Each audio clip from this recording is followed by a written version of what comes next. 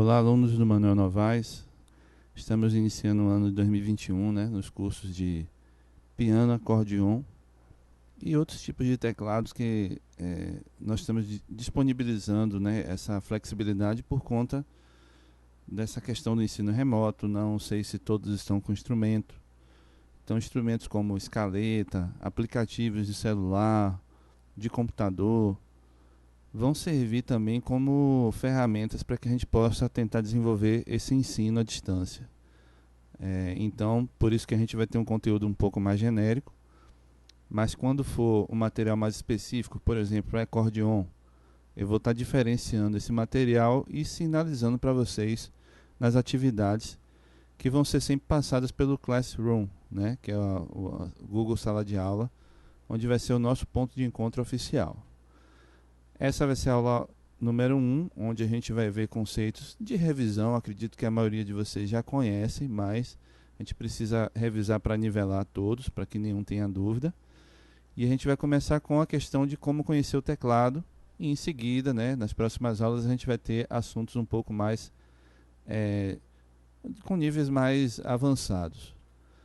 Primeira coisa, a localização das notas. Que nesse primeiro momento vamos aprender a localizar as notas em um teclado. Esse conhecimento permite localizar notas em diversos tipos de teclado, como o teclado do piano, o teclado eletrônico, né, que a gente está acostumado a ver, a escaleta, que é aquele teclado com sopro, do teclado da mão direita do acordeon, e aí no caso o acordeon piano, né, que existe mais de um modelo de acordeon, ou qualquer outro instrumento que tenha um teclado com a mesma aparência e organização. Sendo assim, instrumentos como metalofone, marimba, que são instrumentos voltados à área de percussão, eles têm a mesma organização que um teclado, né, de um piano ou de um acordeon. Então, esse conhecimento também serve para essa área. Caso você não tenha um instrumento físico à sua disposição, você pode acessar o teclado virtual nesse endereço que está aparecendo na tela, que é o virtualpiano.net, ou pesquisar qualquer outro da sua preferência. O teclado que está no link permite que você toque utilizando o teclado do seu computador, ou seja, o teclado que tem as letras, né? Então ele pode ajudar nesse acionamento. É claro que não é o formato ideal, porque a proporção do piano é outra, né? O tamanho das teclas, mas com esse ensino remoto, muitas vezes sem instrumento, pode ajudar você a conhecer um pouco mais sobre o assunto. Caso você esteja utilizando tablet ou smartphone, é possível baixar diversos aplicativos gratuitos de teclado virtual. Até acordeon virtual já tive a oportunidade de manusear.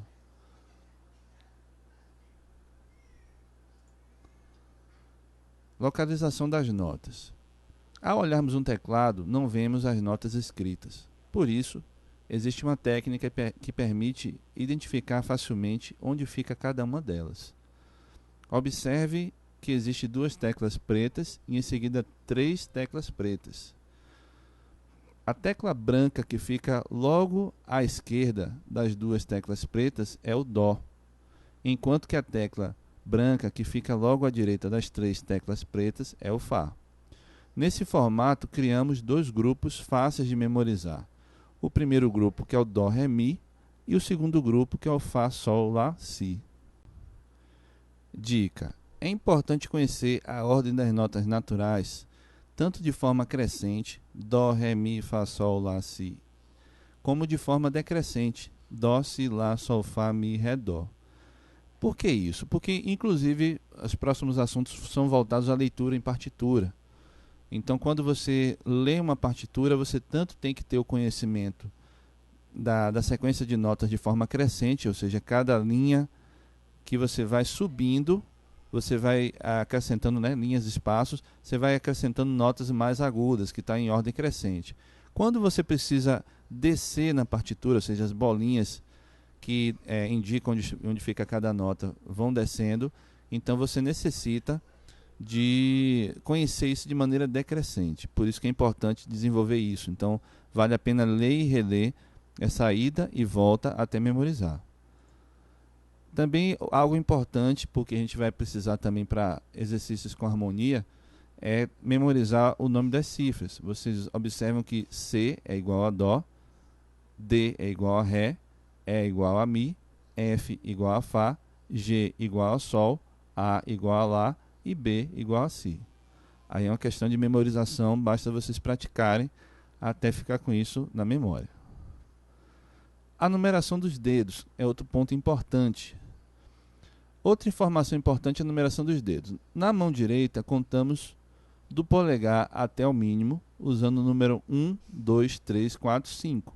Então você vê que o polegar é o 1, o indicador é o 2, o 3 é o médio, o 4 é o mínimo, ou é o anelar, e o 5 é o mínimo.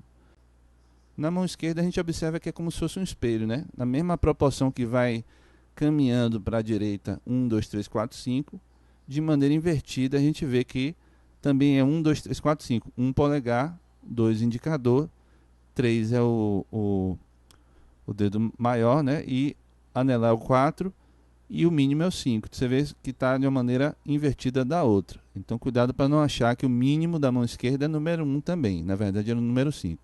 Muita atenção nessa ordem. O número dos dedos vão estar localizados próximo das notas quando lemos as partituras, mas é necessário ler de maneira independente o número e a nota. Então, exercícios iniciais têm uma tendência de colocar o número 1 no Dó, o 2 no Ré, o 3 no Mi, o 4 no Fá, o 5 no Sol, mas só que isso não é uma coisa fixa. Vocês vão observar que mais adiante a gente vai ter a combinação entre notas e números completamente diferente, completamente aleatória. Então, a gente não pode ficar associando o número com o nome de nota, certo? O número é a associação do dedo que você vai utilizar para tocar a nota. Então, esses números vão estar próximos das notas, mas essas notas variam bastante. Oitavas.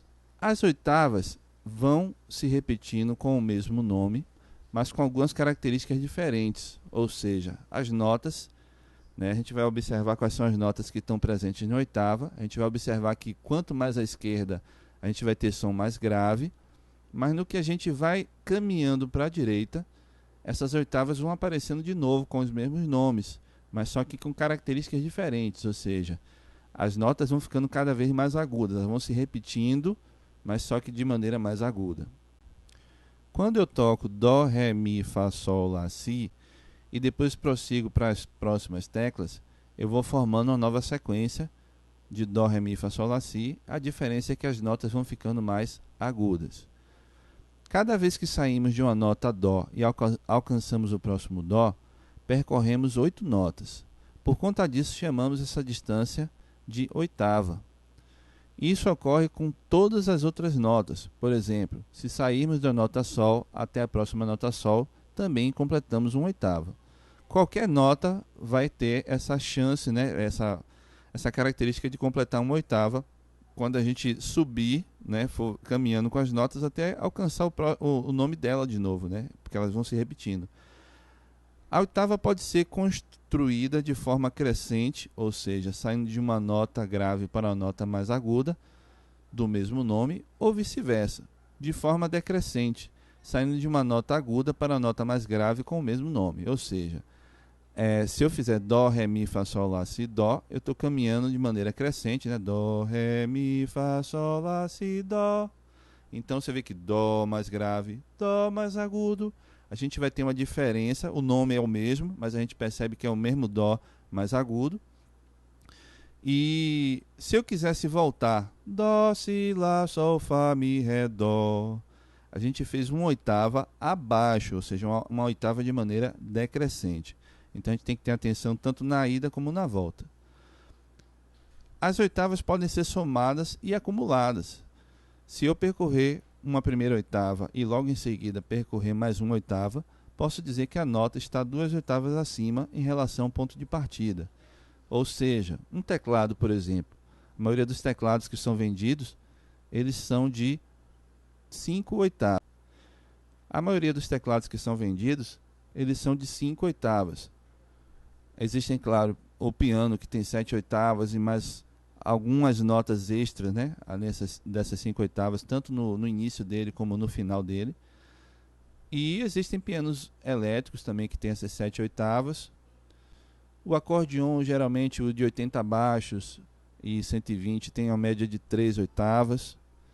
Mas o que interessa aqui no que eu estou falando se eu pego um teclado de 5 oitavas, eu posso contar de Dó até Dó uma primeira vez, depois de Dó até Dó uma segunda, de Dó até Dó uma terceira, de Dó até Dó até uma quarta e de Dó até Dó até uma quinta vez. Então a gente observa aí nessa história que a gente consegue fazer esse percurso de 5 oitavas, ou seja, fazer de Dó até Dó 5 vezes completamente. Então essas oitavas elas podem ser somadas e acumuladas. Então temos aí a demonstração das oitavas. Na parte de cima, a gente vai ver a oitava de forma crescente, ó. Dó, Ré, Mi, Fá, Sol, Lá, Si, Dó. E a oitava de forma decrescente. Observe que a gente vai sair da direita para a esquerda. Dó, Si, Lá, Sol, Fá, Mi, Ré e Dó. E agora 2 oitavas, ou seja, a oitava vai acumular, ela vai somar uma com a outra. Dó, Ré, Mi, Fá, Sol, Lá, Si, Dó, Ré, Mi, Fá, Sol, Lá, Si, Dó. Além das notas naturais que nós vimos, que é o Dó, Ré, Mi, Fá, Sol, Lá, Si, Dó, nós temos também as notas que são chamadas de acidentes. São notas que têm sustenido ou bemol. Essas notas são derivadas das notas naturais, porém com algumas pequenas alterações. Primeiro vamos conhecer essas alterações. Sustenido, né, que é esse conhecido jogo da velha, que hoje em dia o pessoal chama muito de hashtag, faz com que a nota fique meio tom mais aguda. Atenção, né, os termos precisam ser usados corretamente. Na música é sustenido. Na informática, nas redes sociais é hashtag, e o joguinho também, que é o jogo da velha. Então, para a música, a gente não chama isso de hashtag.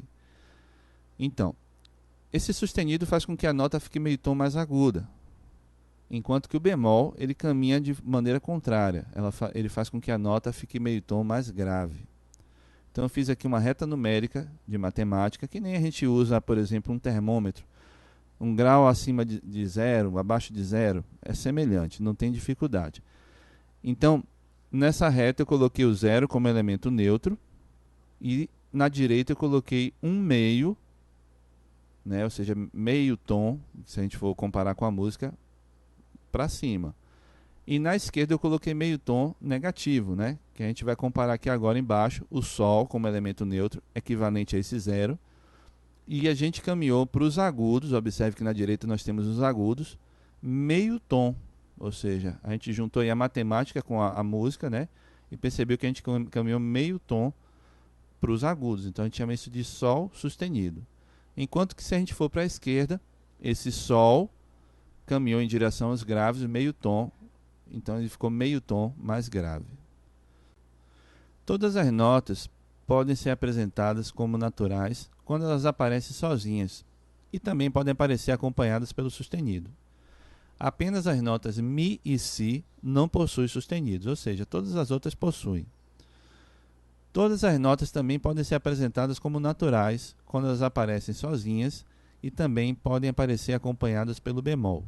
Apenas as notas Dó e Fá não possuem bemóis. Aí tem a apresentação do teclado, né? Tá com 2 oitavas aí. E utilizando tanto sustenidos como bemóis. Observe que todas as teclas pretas têm 2 nomes de nota. Isso acontece porque as teclas pretas tanto podem ser notas sustenidas, né? Ou seja, utilizando sustenido nelas, que são derivadas de nota natural, de alguma nota natural, assim como podem ser notas bemolizadas, ou seja, elas podem ser denominadas com bemol de uma outra nota.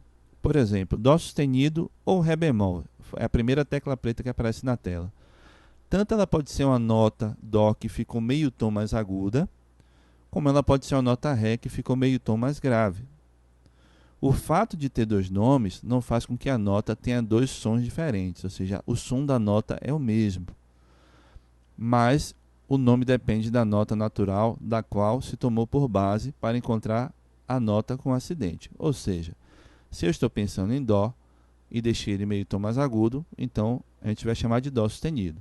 Mas em outra situação, eu posso pensar em um Ré e fazer com que ele fique meio tom mais grave. Por isso se chama Ré bemol. isso poderia acontecer com qualquer outra nota, como por exemplo o Lá sustenido e o Si bemol.